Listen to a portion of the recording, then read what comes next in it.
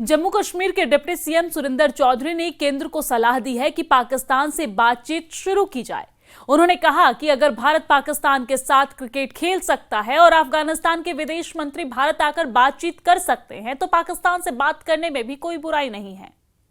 दरअसल जम्मू कश्मीर के उप मुख्यमंत्री सुरिंदर चौधरी ने पाकिस्तान को लेकर बड़ा बयान दिया है। उन्होंने कहा कि भारत और पाकिस्तान के बीच बातचीत का रास्ता खुला रहना चाहिए क्योंकि जंग किसी मसले का हल नहीं है। सुरिंदर चौधरी ने कहा है कि अगर भारत पाकिस्तान के साथ क्रिकेट खेल सकता है और अफगानिस्तान के विदेश मंत्री भारत आकर बातचीत कर सकते हैं तो पाकिस्तान से बात करने में कोई बुराई नहीं है। दरअसल सुरिंदर चौधरी का यह बयान ऐसे समय में आया है जब सेना ने हाल ही में पाकिस्तान की ओर से आतंकियों की घुसपैठ की कोशिश को चेतावनी जारी की है और आर्मी ने संकेत दिया था कि पाकिस्तान पहलगाम जैसी किसी बड़ी आतंकी साजिश की तैयारी कर रहा है। हालांकि सुरिंदर चौधरी ने कहा कि हर मुद्दे का हल बातचीत से निकल सकता है क्योंकि ये 2025 है जब युद्ध किसी भी देश के लिए विकल्प नहीं रह गया है। सुरिंदर चौधरी ने यानी कि डिप्टी सीएम ने आगे ये भी कहा है कि प्रधानमंत्री नरेंद्र मोदी के नेतृत्व में भारत ने दुनिया को संवाद की ताकत दिखाई है। उन्होंने कहा कि हमने हर मंच पर शांति और स्थिरता की बात की है। जम्मू कश्मीर को शांति चाहिए, न कि गोलियों की आवाज। सुरिंदर चौधरी ने इस दौरान यह भी कहा है कि जम्मू कश्मीर में शांति की प्रक्रिया तभी आगे बढ़ सकती है जब राजनीतिक बातचीत का माहौल बने और पड़ोसी देशों के बीच आपसी भरोसा कायम हो। सुरिंदर चौधरी का यह बयान राजनीतिक हलकों में सुर्खियों में है क्योंकि केंद्र सरकार का रुख पाकिस्तान के प्रति अब तक सख्त रहा और ऐसे में एक राज्य के डिप्टी सीएम का पाकिस्तान से चर्चा की वकालत करना सियासी बहस को नया मोड़ दे दिया है। तो वहीं सुरिंदर चौधरी के इस बयान के बाद विपक्ष ने भरपूर आलोचना की है। विपक्ष ने इस बयान को लेकर प्रतिक्रिया भी दी है। विपक्ष में किस नेता ने क्या कहा है वो भी आपको सुनवाते हैं। लोग हैं, बड़े बहादुर लोग हैं और जम्मू कश्मीर और जब भी हिंदुस्तान और पाकिस्तान के अंदर जब भी कहीं जंग की नौबत आई, बाढ़ की नौबत आई तो हमेशा भुगता जम्मू कश्मीर के लोगों ने, खासकर वो बॉर्डर के लोग, क्योंकि मैं बॉर्डर से आता हूँ और उस बॉर्डर पे जब गोले पड़ते हैं तो पता चलता है कि जंग क्या होता है।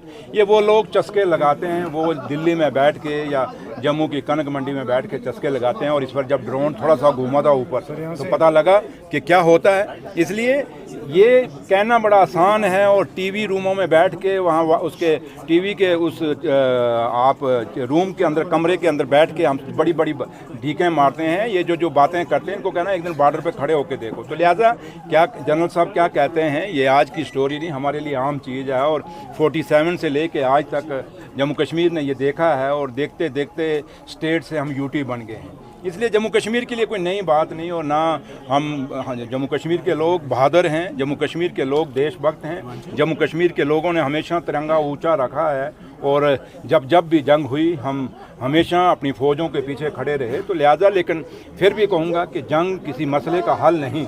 अगर इंडिया की टीम पाकिस्तान के टीम के साथ खेल सकती है और अगर अफ़गानिस्तान का फॉरेन मिनिस्टर यहाँ आ सकता है, उससे बातचीत हो सकती है तो फिर हम पाकिस्तान से बातचीत करने में हमें हर्ज क्या है। तो इसलिए मुझे नहीं लगता कि आज जंग का दौर है। आज वो ज़माने थे, एक वक्त था जब जंग होती थी तो सिर्फ बॉर्डरों पे रहती थी। ये जंग अब वो जंग नहीं है, ये टेक्नोलॉजी की जंग है और टेक्नोलॉजी में वो पाकिस्तान में बैठ के कहीं पर पहुँच सकते हैं और दिल्ली वाले वहाँ से बैठ के हमारी इंडियन फोर्सेस पाकिस्तान के किसी कोने में पहुँच सकते हैं। ना ये जंग पाकिस्तान के लिए ठीक है, ना ये जंग हिंदुस्तान के लिए ठीक है और इन दोनों सरकारों को सोचना पड़ेगा क्योंकि एक जिद के अंदर आम गरीब लोग मारे जाते हैं। वो गरीब जिनका इस जंग से कोई लेना देना नहीं होता, जिनको जंग का पूरा स्पेलिंग भी नहीं पता होता, जिनको जंग का पूरा मतलब नहीं पता होता, वो लोग इसमें उनका नुकसान होता है। तो लिहाजा ये जो आप कह रहे हैं, मैंने तो सुना नहीं लेकिन अगर कह रहे हैं, लेकिन मैं एक बॉर्डर का रहने वाला होने के नाते, not as a deputy chief minister या मैं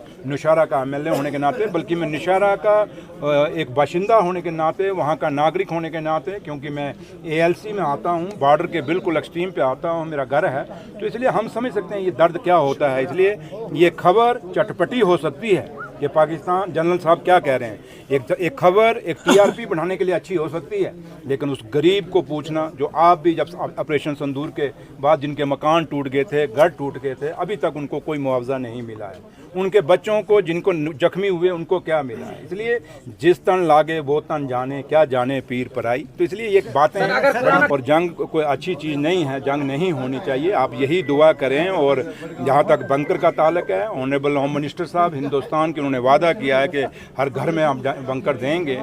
आज भी ऑनरेबल एमएलएज ने जो बॉर्डर के हैं उन्होंने वहाँ इशू रेज किया था कि हमें बंकर चाहिए, इंडिविजुअल बंकर चाहिए। डीसी साहब ने कहा कुछ बंकर आए हैं, तो लिहाजा मैंने कहा कि जब जंग आती है तो उसमें हमें याद आता है बंकर की। जब फ्लड आता है तब हमें याद आता है कि नहरों को मजबूत किया जाए, दरियाओं को मजबूत किया जाए। क्यों ना इसका बंदोबस्त हमेशा के लिए किया जाए, पहले से किया जाए। इसलिए मसले बातें बड़ी हैं, लेकिन मैं इतना ज़रूर कहूँगा कि आप यही दुआ उस रब से जिसको हम मानते हैं, चाहे हिंदू जिसको मानता है, मुस्लिम जिसको मानता है, सिख जिस रब को मानता है, यही दुआ करिए कि जंग कभी ना लगे। ये जंग बर्बादी का नाम है, ये जंग घरों के घर तबाह करने वाला होता है। इसलिए मैं तो कभी भी नहीं चाहूँगा कि जंग हो, being resident of border area. National conference के सभी नेता लगातार पाकिस्तान प्रस्त बयान दे रहे हैं। उनके उप मुख्यमंत्री का बयान हास्यास्पद है और मूर्खतापूर्ण है। टेरर और स्टॉक साथ नहीं चल सकते। पाकिस्तान के साथ बातचीत की वकालत करना और अपने पापों को ढकने जैसा है। सीमा पर खून बह रहे हों, हमारे जवानों का दर्द भूलकर पाकिस्तान के पीआर और मौत पीस की भूमिका नेशनल कॉन्फ्रेंस के नेता लगातार कर रहे हैं। ये दुर्भाग्यपूर्ण है। देखिए, जो डिप्टी सीएम है सुरेंद्र चौधरी साहब, जहां तक उनके बयान की बात है, वो राजनीतिक परिपक्वता के अभाव में ऐसे बयान देते हैं। वो बोलते पहले हैं और सोचते बाद में। जहां तक क्रिकेट का सवाल है, मुझे लगता है कि क्रिकेट जो है वो एक इंटरनेशनल कमिटमेंट के तहत खेले जाने वाले मैचेस थे जिनको हिंदुस्तान का जिनमें हिस्सा लेना जरूरी था। ये कोई बायलैटरल सीरीज नहीं थी। और जहां तक पाकिस्तान से बातचीत का सवाल है, ये बेहतर हो अगर उमर अब्दुल्ला साहब अपने दिल की ख्वाहिश का इजहार खुद करें, बजाय इसके कि वो अपने डिप्टी सीएम से ये बात कहलवाएं, सुरेंद्र चौधरी जी से ऐसी बातें कहलवाएं। और क्योंकि वो पूरी तरह वो हर बात को कहने में असमर्थ रहते हैं और उसका मतलब अलग निकलता है राजनीति में। तो मुझे लगता है कि अगर ऐसी बातों में ऐसी सोच नेशनल कॉन्फ्रेंस की है, क्योंकि अब हम सब जानते हैं कि चुनाव आने वाले हैं, राज्यसभा के चुनाव भी आ रहे हैं और बड़गाम और नगरोटा के उपचुनाव भी आ रहे हैं। तो ऐसी बातें कश्मीर बेस्ड पॉलिटिकल पार्टीज खासतौर पर नेशनल कॉन्फ्रेंस हमेशा करती है। तो आज इनको हर चुनाव में पाकिस्तान याद आ जाता है। तो आज अगर इनको पाकिस्तान की इतनी याद आ रही है तो वो खुद ये बात कहें। और जहां तक भारत सरकार की बात है, हमारा जो इसमें स्टैंड है वो बिल्कुल क्लियर है कि पानी और खून, रक्त और पानी एक साथ नहीं बह सकता। टेरर और टॉक्स नहीं हो सकती। जब तक पाकिस्तान की सरजमीन से हिंदुस्तान के खिलाफ अटैक्स होते रहेंगे, उनकी जमीन का इस्तेमाल आतंकवादी गतिविधियां जो हिंदुस्तान में होंगी उसके लिए किया जाता रहेगा, हिंदुस्तान बातचीत करने के लिए बिल्कुल तैयार नहीं।